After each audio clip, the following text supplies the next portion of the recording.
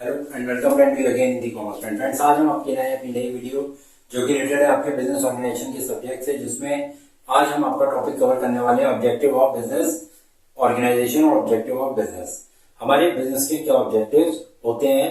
अगर अभी तक आपने हमारे चैनल को सब्सक्राइब नहीं किया तो हमारे चैनल को सब्सक्राइब करें, लाइक करें और कमेंट करें। और आइए शुरू करते हैं अपनी आज की हम वीडियो।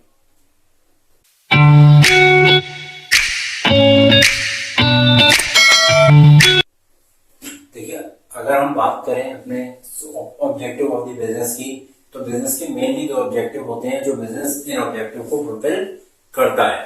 पहला ऑब्जेक्टिव होता है बिजनेस का इकोनॉमिक ऑब्जेक्टिव, दूसरा ऑब्जेक्टिव होता है सोशल ऑब्जेक्टिव।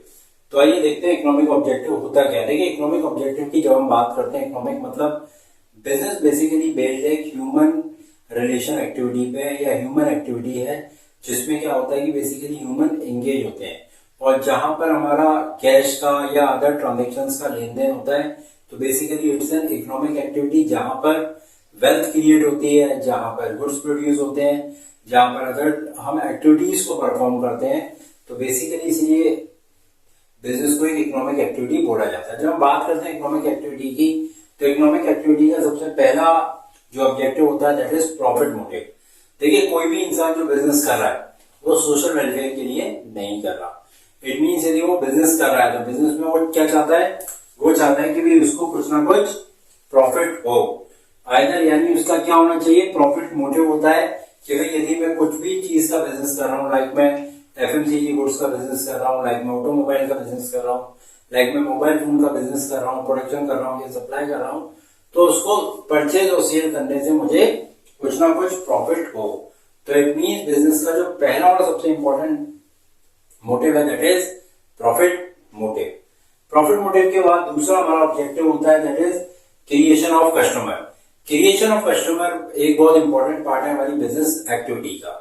बिजनेस एक्टिविटी का और बिजनेस के ऑब्जेक्टिव का सबसे इंपॉर्टेंट पार्ट है क्रिएशन ऑफ कस्टमर। देखिए, क्रिएशन ऑफ कस्टमर यदि हम नहीं करते, क्रिएशन ऑफ कस्टमर मतलब कि हम कस्टमर को पैदा नहीं कर रहे, हम कस्टमर को क्रिएट नहीं कर रहे, हम क्या कर रहे हैं, हम कस्टमर के साथ जुड़ रहे हैं और अपने बिहेवियर से, अपने कम्युनिकेशन से या अपने प्रोडक्ट से हम क्या कर रहे हैं, नए कस्टमर अपने क्रिएट कर रहे हैं। लाइक अगर मुझे अपने किसी भी फर्म का प्रॉफिट को मैक्सिमाइज करना है तो मुझे कस्टमर को बढ़ाना पड़ेगा। और कस्टमर कैसे बढ़ेंगे, जब मैं बहुत ही जेन्युइन प्रॉफिट, जो नॉर्मल प्रॉफिट होना चाहिए वो प्रॉफिट में ले रहा हूं अपने कस्टमर से, प्लस कस्टमर को जो प्रोडक्ट चाहिए, जिस तरीके का वो प्रोडक्ट ढूंढ रहा है मार्केट में, मैं एक्चुअल प्रोडक्ट उसको सोल्ड आउट करूं, प्लस मेरा जो बिहेवियर है, मेरी जो कम्युनिकेशंस है, वो भी कस्टमर से एक पोलाइट मोड की और एक फ्लेक्सिबल मोड की होनी चाहिए, जिससे यदि कस्टमर को मेरा व्यवहार अच्छा लगेगा तो हो सकता है वो और लोगों को मेरी शॉप पर लाए और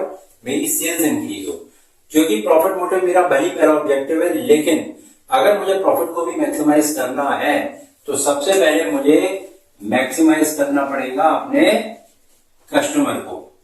यदि मैंने अपने कस्टमर को मैक्सिमाइज कर लिया तो ही मेरा प्रॉफिट ऑटोमेटिकली क्या हो जाएगा, मैक्सिमाइज होना शुरू हो जाएगा। तो एक बिजनेस का मेन ऑब्जेक्टिव जो होता है वो वैसे तो प्रॉफिट है, बट क्रिएशन ऑफ कस्टमर उससे भी बड़ा ऑब्जेक्टिव है कि भाई यदि हम क्रिएशन ऑफ कस्टमर प्रॉपरली कर पाएंगे और अगर मान के चलिए ऑटोमेटिकली मैं अपने कस्टमर को बहुत ज्यादा वेटेज नहीं देता, मैं अपने कस्टमर से प्रॉपर तरीके से उसे डील नहीं करता, तो क्या होगा, वो कस्टमर आज परफेक्ट कॉम्पिटिशन के कारण से किसी दूसरे के पास चला जाएगा और बेसिकली वो अपनी सर्विसेज के लिए पेमेंट कर रहा है। तो जो पेमेंट वो आपको कर रहा है वो किसी और को कर देगा, तो ऑटोमेटिकली क्या होगा कि जो आपने कस्टमर को लूज किया, तो उस कस्टमर को लूज करने के कारण से आपका प्रॉफिट में भी कुछ इफेक्ट आया। और हो सकता है जिस कस्टमर को आपने लूज किया या जिस कस्टमर को आपने खोया, हो सकता है वो और नए कस्टमर आपके पास लेकर आता, बट अब क्योंकि वो ही चला गया तो अब हो सकता है नए कस्टमर अब आपके पास जो उसके द्वारा आने थे, जो उसके मीडियम से आने थे, वो अब आपके पास नहीं आएंगे। तो इट मीन्स कहीं ना कहीं आपने अपनी सेल को रिड्यूस किया और जब आपने सेल रिड्यूस करी तो आपने क्या रिड्यूस किया, प्रॉफिट रिड्यूस किया। तो ये हमारा इकोनॉमिक ऑब्जेक्टिव में सेकंड ऑब्जेक्टिव होता है creation of customer. Then third होता है creation of utilities. Creation of utility is one of the important part. मेरा प्रोडक्ट सोल्ड आउट कब होगा, मेरा प्रोडक्ट सोल्ड आउट तब होगा जब मेरी प्रोडक्ट की यूटिलिटी लोगों को पता चलेगी कि भाई यदि मैं पर्टिकुलर कंपनी का प्रोडक्ट परचेज करता हूं या उसको यूज करता हूं तो वो मेरे लिए किस तरीके से यूजफुल है। इट मींस बिजनेस क्या करता है, बिजनेस क्रिएट यूटिलिटीज। अगर हम बात करें तो बिजनेस क्या करता है, बिजनेस क्रिएट यूटिलिटीज। देखिए यूटिलिटीज की हम बात करते हैं, देखिए यूटिलिटीज का एक बहुत बेस्ट एग्जांपल लेते हैं। हम ज्यादा नहीं, हम आज से 15 साल 20 साल पीछे जाएंगे तो हम देखेंगे कि पहले नॉर्मली घर में लोग चपाती वगैरह या पराठे या पूरी वगैरह खाना पसंद करते थे। उस समय पे बहुत ज्यादा मैकडी या मान के चलिए डोमिनोज पिज्जा वगैरह या पिज्जा का चलन नहीं था, या मैक्रोनीज वगैरह ये सब सारी चीजें नहीं आती थी, या अगर आती भी थी तो उनका कंजम्पशन बहुत कम था। तो बिजनेस ने क्या करा, बिजनेस ने यूटिलिटी क्रिएट करी। बिजनेस ने आपको बताया कि नहीं साहब, आप यदि डोमिनोज का पिज्जा या पिज्जा हट का पिज्जा खाओगे तो आपको बहुत अच्छा रहेगा। तो बेसिकली वो चीजें उन्होंने क्या करी, यूटिलिटीज को क्रिएट करा और यूटिलिटीज को क्रिएट करके अपने मार्केट को बढ़ाया। तो that comes under the creation of utility. मतलब बिजनेस क्या करता है, यूटिलिटी क्रिएट करता है। और इसका एक बेस्ट एग्जांपल हम ले सकते हैं, लाइक आपके और हमारे मोबाइल फोन्स। देखिए अगर हम ज्यादा नहीं, वही 20-25 साल पीछे जाएंगे तो पहले क्या होता था, नॉर्मल हमारे फोन्स होते थे जो 1000-1200 रुपए के आ जाते थे, और उससे हमारा मेन काम ये होता था कि भाई हम उससे फोन उठा लेते थे और फोन कर लेते थे, या कोई एसएमएस वगैरह आ रहा है तो हम देख लेते थे। लेकिन टेक्निकल इनोवेशन जो भी हमारा चौथा पॉइंट है, टेक्निकल इनोवेशन इसमें हुआ। टेक्निकल इनोवेशन और ग्रोथ कर करके आज मेरा मोबाइल, अगर मैं बात करूं तो मेरा मोबाइल आज मोबाइल नहीं, आज एक कॉम्पैक्ट कंप्यूटर है जिसपे हम सारी activity related to computer, like अपना जीमेल अकाउंट या सोशल मीडिया अकाउंट सारे हम हैंडल कर सकते हैं। प्लस फोन पे ही हमें फैसिलिटी मिल रही है कि भाई हम उससे नेट चला सके। फोन से ही अब हमें फैसिलिटी मिल रही है कि भाई मुझे अलग से कहीं जाना है तो कैमरा कैरी नहीं करना। मेरा फोन एक ऐसा मल्टीपर्पज प्रोडक्ट है जो मेरे लिए क्या कर रहा है, मुझे फोटो खींच के दे रहा है, मेरी मेमोरीज भी क्रिएट कर रहा है। तो that comes under the creation of utility. Basically business का मेन काम क्या है, टेक्निकल इनोवेशन के साथ यूटिलिटीज को क्रिएट करना है। टेक्निकल इनोवेशन के बिना, जैसे भी मैंने पिज्जा हट का एग्जाम्पल लिया या जैसे मैकडी का हमने एग्जाम्पल लिया, टेक्निकल और टेक्निकल ग्रोथ के बिना भी चीजों को डिपेंड करेगा कि हम कौन सी गुड्स और सर्विसेज को यूज करना चाह रहे हैं, तो उन गुड्स और सर्विस के लिए यूटिलिटीज क्रिएट करता है। टेक्निकल इनोवेशन में आपका एग्जाम्पल है मोबाइल फोन, या आपने एक जैसे आपकी गाड़ी यदि हम बात करेंगे, लाइक ऑटोमोबाइल में हम बात करते हैं मारुति की, तो मारुति की बात करेंगे या हुंडई की बात करेंगे। तो जैसे मारुति की एक बहुत पुराना मॉडल है that is known as WagonR. Maruti का वैगनआर काफी सारे मॉडलों में आया, बट नाम अभी भी प्रोडक्ट का वही है, लेकिन उसमें टेक्निकल हम चेंजेस कर रहे हैं, उसकी डिजाइन में चेंजेस कर रहे हैं, और क्या कर रहे हैं, एक नए तरीके से प्रोडक्ट को मार्केट में प्रेजेंट कर रहे हैं, और वो गाड़ी हमारी बहुत ज्यादा सोल्ड आउट हो रही है। तो that is known as technical innovation और ग्रोथ।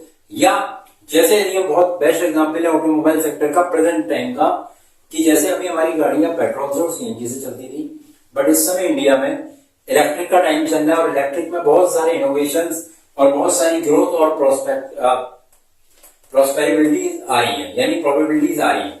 तो जब वो प्रोबेबिलिटीज आ रही है तो प्रोबेबिलिटीज में क्या है, नई नई कंपनीज अब मार्केट में आ रही है, जो अपनी कार या आपने बहुत सारी बाइक की या स्कूटी की कंपनी मार्केट में देखी होगी, जो अब अपनी इलेक्ट्रिक बाइक या अपनी इलेक्ट्रिक कार बना रही है। तो that comes under the economic objective of the business, जहां पे हमने बात करी आपसे profit motive, creation of customer, creation of utility and technical innovation.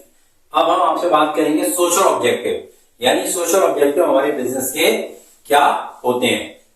Social objective of the business, social objective of the business क्या होते हैं, देखिए economic object of the business का मतलब होता है कि भाई बिजनेस नए नए एस्पेक्ट को, नए नए टेक्नोलॉजी को यूज करके या अपने कम्युनिकेशन स्किल्स या अपने व्यवहार से वो अपने प्रॉफिट को मैक्सिमाइज करे, जो उसका मेन इकोनॉमिक ऑब्जेक्टिव होता है।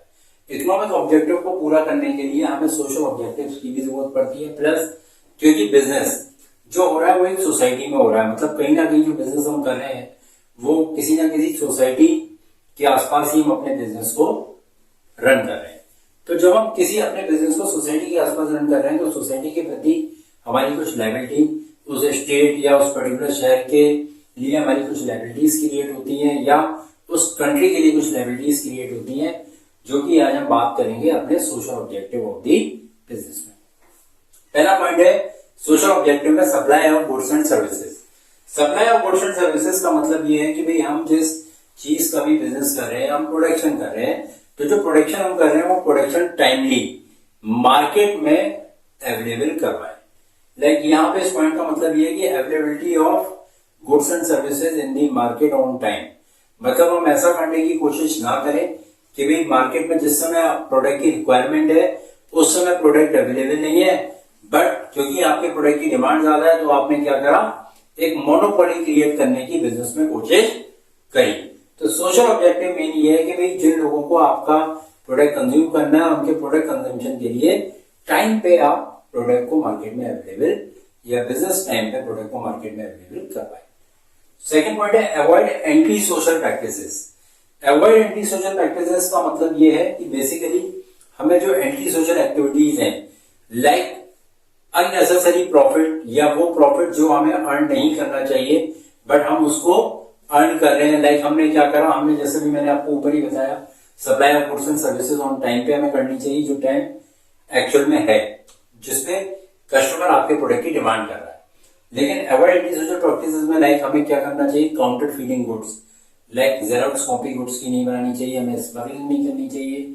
हमें anti social practices like profit जो नॉर्मल है उससे ज्यादा प्रॉफिट हमें नहीं लेना चाहिए। लाइक अपने प्रोडक्ट की हम मोनोपोली कर दें और मोनोपोली करने के बाद हम जो प्रोडक्ट की जो रेट चाहते हैं वो रेट हम कस्टमर से चार्ज करें, तो ऐसा हमें नहीं करना चाहिए। That comes under the anti social practices. तो इससे हमें बिजनेस को बचना चाहिए, क्योंकि यदि बिजनेस को लॉन्ग रन में सर्वाइव करना है तो ये प्रैक्टिसेस नहीं करनी चाहिए। क्योंकि यदि बिजनेस ने लाइक प्रॉफिटिंग की प्रैक्टिसेस करी, प्रॉफिट एयरिंग का मतलब कि ज्यादा प्रॉफिट लेने की कोशिश या नॉर्मल रेट ऑफ रिटर्न से ज्यादा प्रॉफिट लेने की कोशिश करी, तो क्या होगा, बिजनेस में कहीं ना कहीं प्रॉब्लम आगे फ्यूचर में आएगी।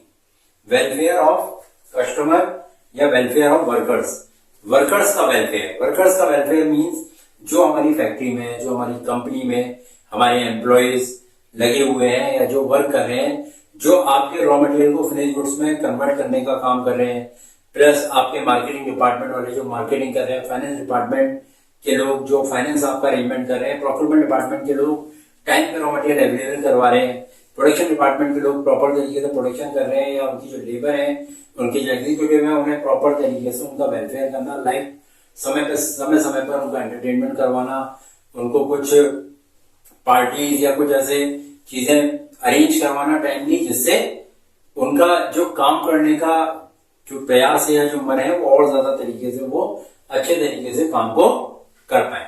प्लस वेलफेयर ऑफ वर्कर्स में टाइमली बोनस देना, टाइमली सैलरी इंक्रीमेंट करना, ये सभी सोशल रेस्पॉन्सिबिलिटी या सोशल ऑब्जेक्टिव का पार्ट होता है। इसके अलावा लाइक अगर हमारे वर्कर को कोई प्रॉब्लम है तो उसको प्रॉब्लम को सॉर्ट आउट करना है। यदि कोई फाइनेंशियल प्रॉब्लम है तो फाइनेंशियल प्रॉब्लम को सॉर्ट आउट करवाना, या कोई मेडिकल प्रॉब्लम है तो मेडिकल प्रॉब्लम को sort out through medical treatment या अदर फाइनेंस फैसिलिटी के थ्रू उनकी उन चीजों का, वर्कर्स का वेलफेयर या वर्कर्स की फैमिलीज का वेलफेयर करना, जिससे एक वर्कर्स में भी एक हेल्दी एनवायरनमेंट और एक लायबिलिटी और एक रेस्पॉन्सिबिलिटी क्रिएट हो आपकी या अपने बिजनेस के लिए, जिससे वो और ज्यादा अच्छे तरीके से, प्रोडक्टिव तरीके से काम को कर पाए।